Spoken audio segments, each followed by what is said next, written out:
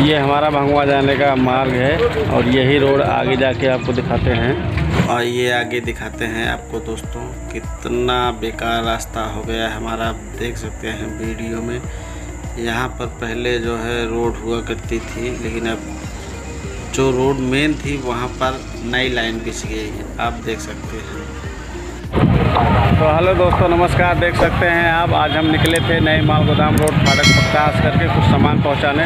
तो आज फिर लगातार फाटक बंद होने के कारण इतनी जाम है।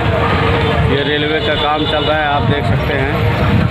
तो किसी तरीके से अब दो चक्का भी नहीं पार हो पा रहा है। हम चल रहे हैं उस पार, देखते हैं, आपको दिखाते हैं कितनी भीड़ है। ये नई माल गोदाम रोड का फाटक है, आपको दिखाई दे रहा होगा, काम जारी है। आइए आगे दिखाते हैं।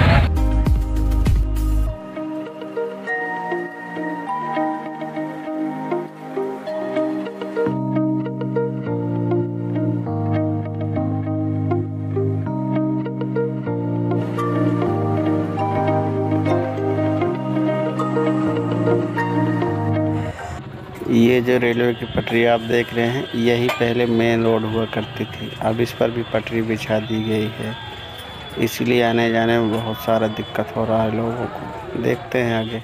तो आपने देखा दोस्तों, ये भंगवा मार्ग और सौदरपुर मार्ग कितना अवरोधक हो गया है रेलवे के कार्य की वजह से। जीसीबी को देख रहे हैं आप,